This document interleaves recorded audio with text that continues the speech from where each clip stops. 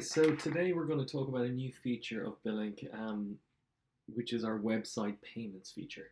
So this had originally come from quite a few requests from practices that had been using prescription request forms and other kind of third-party services to effectively collect information and payments from patients on their practice websites. So some would have used Stripe directly, some SumUp, some would have had different web forms and stuff for prescription. So we wanted to try and create a solution within Billink to facilitate that and to bring all payments together into one place. So that's what we've done.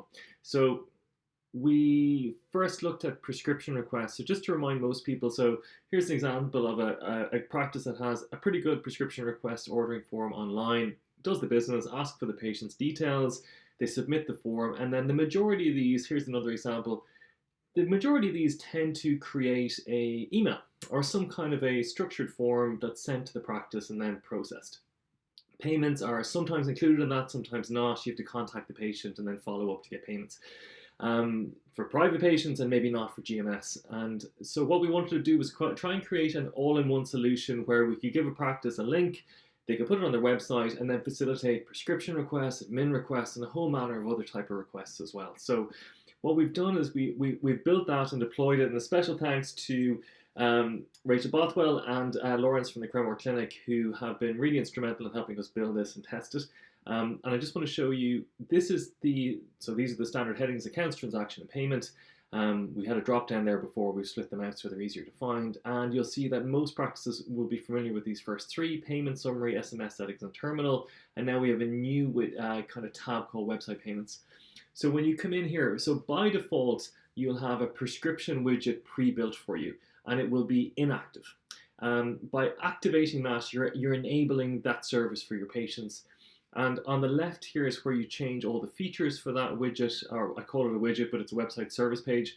And on the right, we show you a preview. So I'm going to keep this really simple. So what you're effectively doing here is creating a mini website payment form for your practice that you can change instantly here on inside Billink. So you can copy the link and send it to patients by email, you can put it on your website, or you can open the link directly to see what that payment link looks like or that payment page looks like. So this is unique for your practice. It will have a unique URL / your practice name, and you can see that any of the services you create will be listed up here. The prescription request one is enabled for everybody, you just have to activate it, and then you can build other ones. So I've built an admin request one here, which I'll go through as well.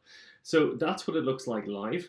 And if we go back to the builder, so you can switch from your prescription requests, your admin requests, you can create a new one by clicking here, but we'll go back to the prescription request one here. I can change the name, I can remove it, I can activate it or deactivate it. Remember to click save. And the right here will show you a preview.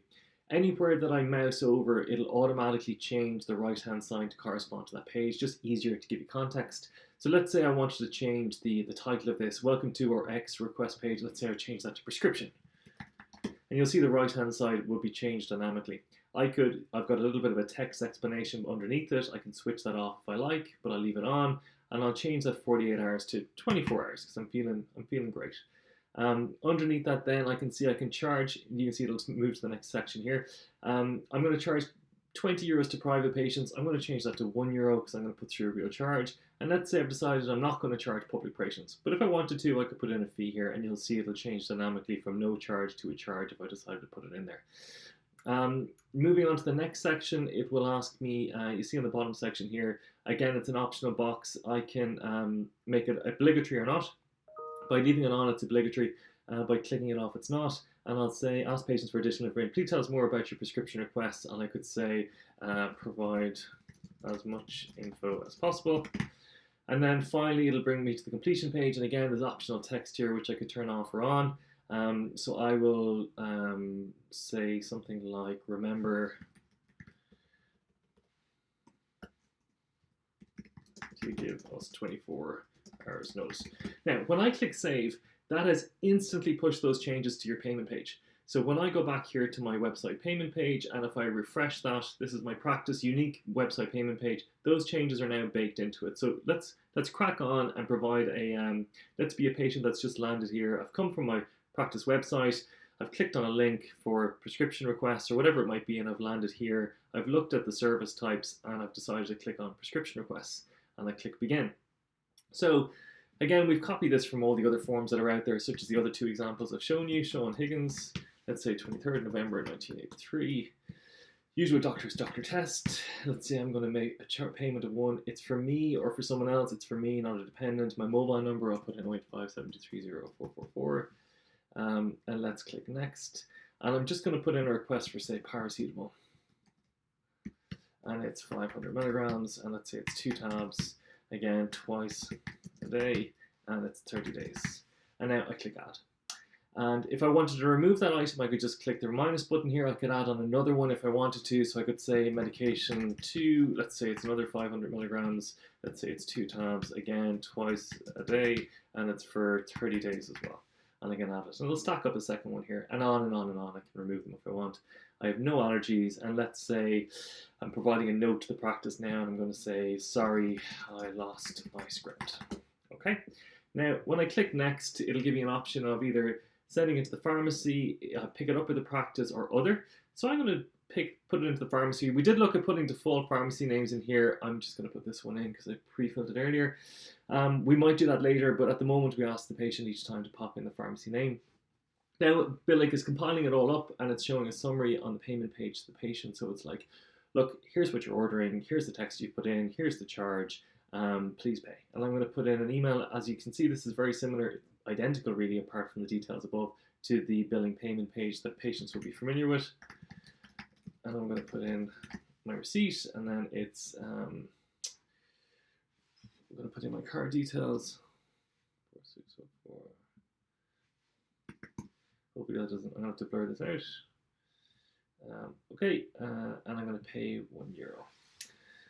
So that is going through now to billing. My payment's happened. You can see that the text has been shown here, and the patient now can return to that payment page, and I could do an admin request. An admin request is another widget that we've just created there dynamically, as in from back here.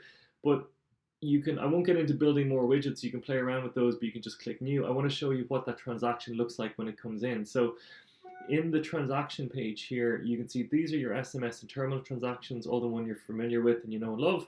And then we've got this new tab for website transactions. Now, the rub with this is that it doesn't sync back to the patient chart like the SMS and terminal transactions do. It brings you this far and no further. So admins, that's why we split them out. So admin team members will either print these out or collect them or add them back into the patient chart, which is the last little bit that we're hoping to work with the vendors to integrate into. But we think it does still bring a long way here because it brings in all the information to one place and it manages all the payments too as well. So you can see that the most recent one here has come in for Sean Higgins. It gives you kind of a summary here, and you can see that the request is processing. You can change the statuses of those requests if you want. So some practices may use this, some may not. But if I want to change this from pending to say to complete, it'll give me a pop-up and it'll give me an option to send an SMS to the patient if I want to. And I could say something like, that's done, it's now in your practice. And I could click send, right? Now it's a fake mobile number, but anyway, it's good for the demo. So these are optional, you don't have to do that. I could just close out of there. And now if I wanted to print that out, because I wanted to do a batch of them together, if I wanted to do a batch of requests together, I could just click on the print button here. And I could print that either to PDF or I could do my local printer. If I wanted to batch print, because you might have 5 or 6 of these together, I could actually batch print, say, a group of those together, batch print 4 of those, and again, it'll line them all up and I could print them out into a printer if I wanted. I can equally go in and I can view details. So I can go in here and I can see the request information. So this is all the stuff that I can print out too as well. So I can see like what's been requested, what medication, who's it from, and again, similar to our other billings, all the logs details are in here as well. I can, of course, download the receipt and also refund here as well. So that's the other nice part, is as well as taking care of the payments, we also take care of all the receipting as well. So as these requests comes through and patients make their payment, they get this receipt through as well. So it'll show the name of the practice. This is just a test practice done in Socrates. It'll show who it was provided to, the date, the type of request that it was, prescription request, and you control what the name of that is from the inside of your web services. The name of the doctor that provided, that's the default doctor that the patient puts in, and the location as well and the amount. So that's what comes through email. If I wanted to refund that, I could just do a standard refund here as well. I could put in the reason and click OK. So that is that is a quick run through of the widgets. I keep calling them widgets of our website services. We called them widgets before I came up with a better name. We're calling them the website services. So any practice now can deploy this URL link. You can just copy the link from here and put it onto your website, or you can provide the link out by email to patients if you wanted them to put in their prescription requests. You can create any new widget that you like. So you could call it, let's say, Med Legal Service. So let's just do this really quickly. So I could submit a med. I've created a new widget. You can see by default we're always going to have it inactive. I can change the name of it, and let's say I wanted to change it to services. I could do that. Now that's an inactive. It's an inactive service. I'm going to make it active, and I'm going to say welcome to the service. I'm not going to put an introductory note there. I'm going to charge both public and private patients, say €300. And I could say additional information, tell us the details of the report required. Oh, my typing shocking today. And then a note at the final page is we will contact you for further information.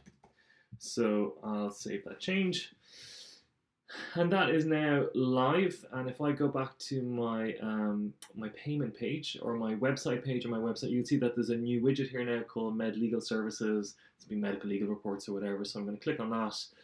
Put in any introductory stuff that I want. I'll click begin, and again I won't go to completion here because I'm not going to pay 300 quid.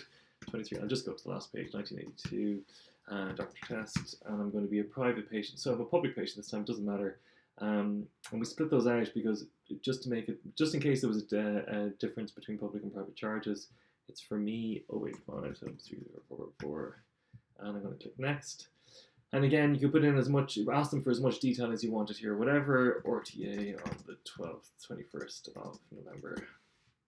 And click next or whatever it might be. And then again, this will bring them to the final page. They put in their amount, they make the payment, and it'll come in to the transaction page here for review once it's completed. So I think this is I think it's a really handy service for practices. I think it can replace a lot of the prescription ordering forums. It's out there now. It's available for any practice that wants it.